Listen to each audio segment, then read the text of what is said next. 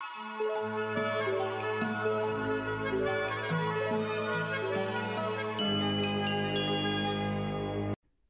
Friends, అందరూ ఎలా ఉన్నారు? నేను మీ శివ ఫ్రమ్ కెనడా. నేను ఈ వీడియోలో మీకు ఇక్కడ కెనడాలో స్టూడెంట్స్ ఇండియా నుంచి ఇక్కడికి రాగానే స్కూల్‌కి జాయిన్ అయినప్పుడు వాళ్ళు ఎలాంటి ప్రాబ్లమ్స్ ఫేస్ చేస్తున్నారో మీరు థంబ్‌నెయిల్ చూసే ఉంటారు కదా! ఏం పెట్టాను? కెనడాలో స్కూల్‌కెళ్ళాలంటే తొణికిపోతున్న ఇండియన్ కిడ్స్ అని. సో, దాని గురించి నేను మీకు ఎక్స్‌ప్లెయిన్ చేయాలనుకుంటున్నాను. ఫస్ట్ కిడ్స్ స్కూల్‌కెళ్ళాలంటే ఇప్పుడు చూసారా మా సన్ ఇప్పుడు మార్నింగ్ స్కూల్‌కెళ్ళడానికి రెడీ అయ్యాడు. ఈ వింటర్‌లో చలికి లేవంగానే ఫస్ట్ లోపల థర్మల్స్ ఏసుకోవాలి, జాకెట్ ఏసుకోవాలి.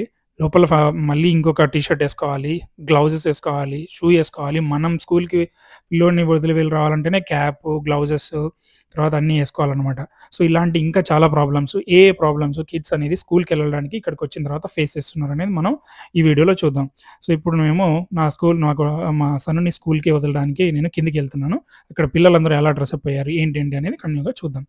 సో, ఫస్ట్ ప్రాబ్లమ్స్ ఏం ఫేస్ చేశారంటే ఇక్కడ పిల్లలు అక్కడ చూసారా నా కిడ్ పాప ఉంది నాకు.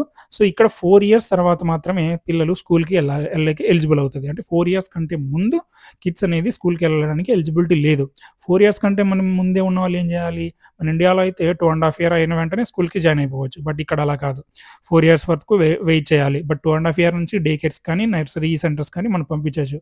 వాటికి పంపించాలంటే ఫీజ్ మంత్లీ $700 అంటే ఇంచుమించు 45,000 అనేది మనం వాళ్ళకి పే చేయాలి. 4 ఇయర్స్ వరకు మనం స్కూల్‌కి ఇక్కడ డే కేర్ గాని, నర్సరీ హోమ్స్ గాని పంపించాలంటే. It's very costly. సో, ఇప్పుడు మేము కిందకొచ్చాము. ఇప్పుడు అది స్కూల్ బస్ వచ్చేసింది రిత్విక్ వాళ్ళకి.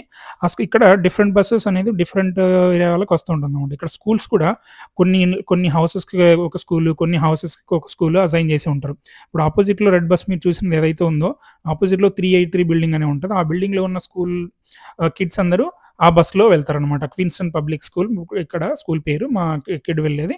ఇక్కడ వాళ్ళది బస్ నంబర్ 5 ఇక్కడ బస్ వెళ్ళిపోతుంది. సో, వీళ్ళకొచ్చే బస్ నంబర్ ఏంటంటే 7. ఈ 7 బస్‌లోనే ఈ కిడ్స్ అనేది వెళ్ళాలి. అట్ ద సేమ్ టైమ్ ఇక్కడ కిడ్స్ ఇంకా ఏవేవి ప్రాబ్లమ్స్ ఫేస్ చేస్తున్నారంటే ఫస్ట్ డ్రెస్అప్. వీళ్ళ డ్రెస్అప్ వీళ్ళే వేసుకోవాల్సి ఉంటుంది. మనం స్కూల్‌కి పంపించాలంటే ముందు పాటీ ట్రైనింగ్ చేయాలంటే వీళ్ళ బాత్రూమ్ వీళ్ళే కడుక్కోవాలి. వీళ్ళ క్లీనింగ్ వీళ్ళే చేసుకోవాలి.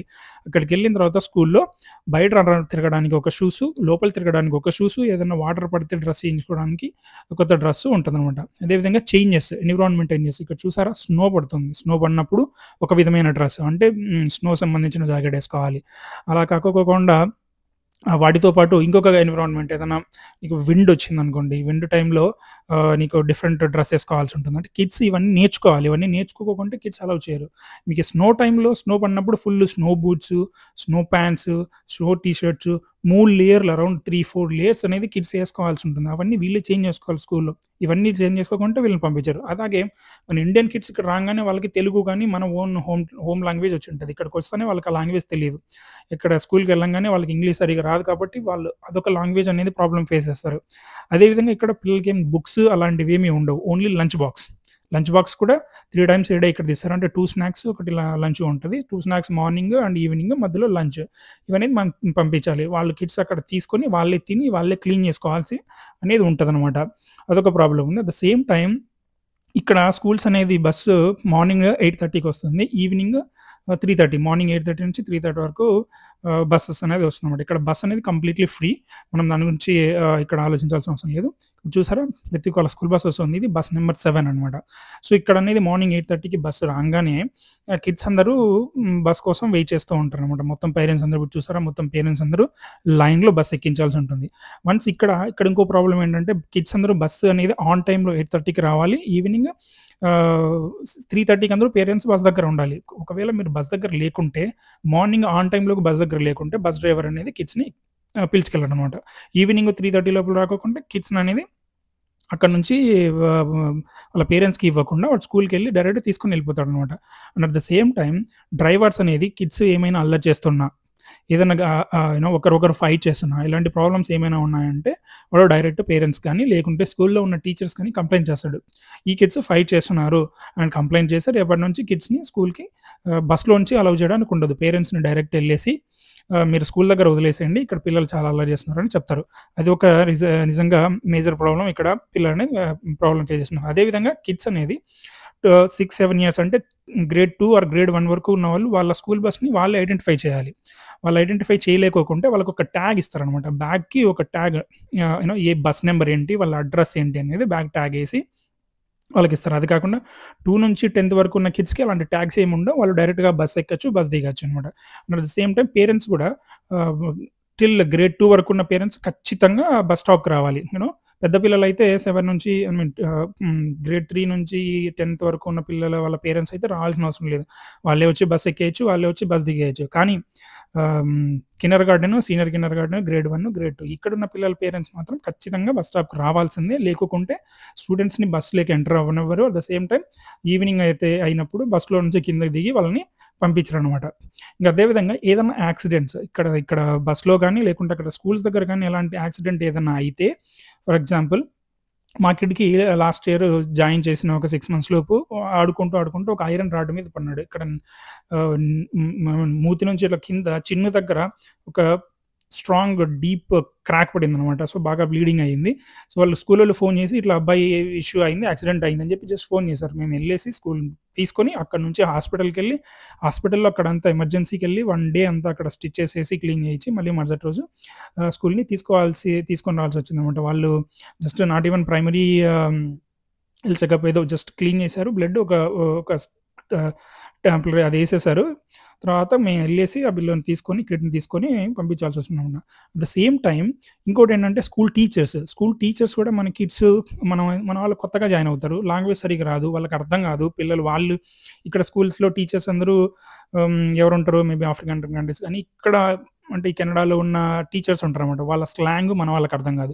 అప్పుడు టీచర్స్ వాళ్ళకి అర్థం కాకుండా వాళ్ళు ఏడుస్తున్నా, వాళ్ళు ఏదైనా మిస్‌బిహేవ్ చేస్తున్నా, బయటికెళ్ళిన తర్వాత కిడ్ ఇమ్మీడియేట్‌గా స్కూల్‌లోకి రాకుండా క్లాస్ రూమ్‌లోకి ఇమ్మీడియేట్‌గా పేరెంట్స్‌కి ఫోన్ చేస్తారు. ఫోన్ చేసి మీ కిడ్ అనేది ఈరోజు స్కూల్‌లోకి బాగా అల్లరి చేస్తున్నాడు అని చెప్తారనమాట. సో, ఇక్కడ కిడ్స్ అందరూ ఎక్కేసారు. బస్ ఎళ్తూ ఉందనమాట. స్కూల్‌కి ఇప్పుడు 8:30కి అంతా ఎళ్ళిపోతుంది. సో, అక్కడికెళ్ళిన తర్వాత టీచర్స్ మనకి ఫోన్ చేస్తారనమాట. ఇప్పుడు ఈవినింగ్ 3:30 అయింది. 3:30 అవ్వంగానే బస్ వచ్చేస్తుంది. చూసారా ఇప్పుడు 3:30కి అందరూ పేరెంట్స్ ఇక్కడ ఉండాలి. సో, బస్ వచ్చేసి కరెక్ట్ ఎగ్జాక్ట్‌గా స్టాప్ ఎక్కడైతే తీసుకెళ్ళిందో కిడ్స్‌ని అక్కడికే వస్తుందనమాట. ఇక్కడ చూసారా పేరెంట్స్ కూడా అదే టైంకి వచ్చారు. వచ్చిన తర్వాత ఇక్కడున్న పేరెంట్స్ అందరూ నేను కూడా వచ్చాను ఇక్కడికి. ఇక్కడున్న పేరెంట్స్ అందరూ టిల్ గ్రేడ్ 2 వరకు. పెద్ద పిల్లలందరూ అక్కడ ఉండాల్సిన అవసరం లేదు. ఐ మీన్ పెద్ద పిల్లల పేరెంట్స్ ఇక్కడ ఉండాల్సిన అవసరం లేదు. ప్రాబ్లమ్ ఏం లేదు. సో, కిడ్స్ ఒక్కొక్కరు చూసి అక్కడ డ్రైవర్ అనేది ఒక్కొక్క కిడ్‌ని అడుగుతాడు. మీ పేరెంట్ ఎవరు? My dad. మీ పేరెంట్ ఎవరు? My mom. మీ పేరెంట్ ఎవరు? మై గ్రాండ్ మా. ఇట్లా వాళ్ళని ఐడెంటిఫై చేసినప్పుడు మాత్రమే వాళ్ళు కిందకి చేస్తారు. ఒకవేళ ఐడెంటిఫై చేయలేదంటే ఆ కిడ్‌ని మళ్ళీ రిటర్న్ తీసుకొనెళ్ళేసి స్కూల్‌లోనే పెడతారనమాట. అప్పుడు స్కూల్ వాళ్ళు ఫోన్ చేసి మనకి ఇన్ఫార్మ్ చేస్తారనమాట. మీ కిడ్‌ని అక్కడ డ్రాప్ చేయలేదు. మీరే వచ్చి పిలుచుకెళ్ళండి అని. నేను ఇంతకుముందే చెప్పా కదా! స్కూల్ టీచర్లు అనేది కంప్లెయింట్ చేశారని. ఒకరోజు ఏం జరిగింది మా రిత్విక్ వాళ్ళ స్కూల్ టీచర్ అనేది ఫోన్ చేసింది. ఫోన్ చేసి మీ అబ్బాయి అనేది ఇక్కడ సరిగ్గా చెప్పిన మాట వినట్లేదు. అతను ఓన్ జోన్‌లో అతను ఆడుకుంటున్నాడు. మేము సరిగ్గా అప్పుడు వాడికి ఇంకా ఇంగ్లీష్ సరిగ్గా రాదనమాట. ఇండియా నుంచి వచ్చాము. తెలుగు వస్తది గానీ ఇంగ్లీష్ రాదు. ఇప్పుడు వాళ్ళు ఏం కంప్లెయింట్ ఇచ్చారో తెలుసా? వాళ్ళు ఇచ్చిన కంప్లెయింట్ అంటే ఈ అబ్బాయి అండర్‌స్టాండ్ అవ్వట్లేదు. అతనికి ఏదో బ్రెయిన్ ప్రాబ్లమ్ ఉంది. సైకలాజికల్ ప్రాబ్లమ్ ఉంది. పోయి సైకియాట్రిస్ట్‌కి చూపించండి, డాక్టర్ చూపించండి అని చెప్పి మాకు కంప్లెయింట్ చేశారు. మేమేం చేయాల్సొచ్చింది ఫ్యామిలీ డాక్టర్ దగ్గరికి తీసుకెళ్ళి, ఫ్యామిలీ డాక్టర్ నుంచి అన్ని చెకప్స్ చేయించి బ్లడ్ టెస్ట్, ఆ టెస్ట్, ఈ టెస్ట్ చేయించేసి సో, మా రిటర్న్ వచ్చాడు సో, అన్నీ చేపించిన తర్వాత ఏమైందంటే ఆ డాక్టర్ ఏం రాసి ఇచ్చాడు ఫైనల్‌గా బాబు అంతా బాగున్నాడు. జస్ట్ మీరు కొన్ని విటమిన్స్ వాడండి. సమ్ డి విటమిన్ అని చెప్పేసి విటమిన్స్ ఇచ్చేసి పంపించాడనమాట. సో, ఆ విధంగా పిల్లలనేది ఇక్కడ ఇలాంటి ప్రాబ్లమ్స్ ఫేస్ చేయాల్సొస్తుంది. ఫుడ్‌తోనూ వెదర్‌తోనూ, లాంగ్వేజ్‌తోనూ, తర్వాత అందరిలో కలవలేని ప్రాబ్లమ్స్‌తోనూ ఇలాంటి ప్రాబ్లమ్స్ అన్ని ఫేస్ చేయాల్సొస్తదనమాట. సో, బస్సొచ్చి పిల్లల్ని ఇక్కడ ఔట్ సైడ్ 5 నంబర్ బస్సు, ఇక్కడ 7 నంబర్ బస్సు అనేది రిలీజ్ చేసి పిల్లలందరినీ ఇక్కడ వదిలేసి ఎళ్తుందనమాట. సో, పేరెంట్స్ అందరూ వాళ్ళ పిల్లల్ని తీసుకొని ఇంకా వెళ్తూ ఉన్నారనమాట. సో, బస్ అనేది ఇక్కడ డ్రాప్ చేసి ఇంకెవరైనా ఉంటే వెనక్కి తీసుకెళ్తా ఉంటుందనమాట. మోస్ట్‌లీ అందరూ పేరెంట్స్ వస్తారు. మిస్ అయిన వాళ్ళు వెనక్కెళ్తారు. సో, అందరూ ఇంకా ఒక్కొక్కరు మా అపార్ట్మెంట్‌లోకి వెళ్తున్నారు. ఇది మా అపార్ట్మెంట్‌లో వెళ్తున్నాం. సో, ఇక్కడ మా సన్ నేను తీసుకొని చెప్తూ ఉన్నాడనమాట. నాన్న ఈరోజు బాగా నేను ఆడుకున్నాను, పిల్లలతో బాగా చేశాను అని చెప్పేసి ఏమేం చేశానో చెప్తాననమాట. So, this is all about video friends. Please like, share and subscribe and keep watching videos. Thank you very much.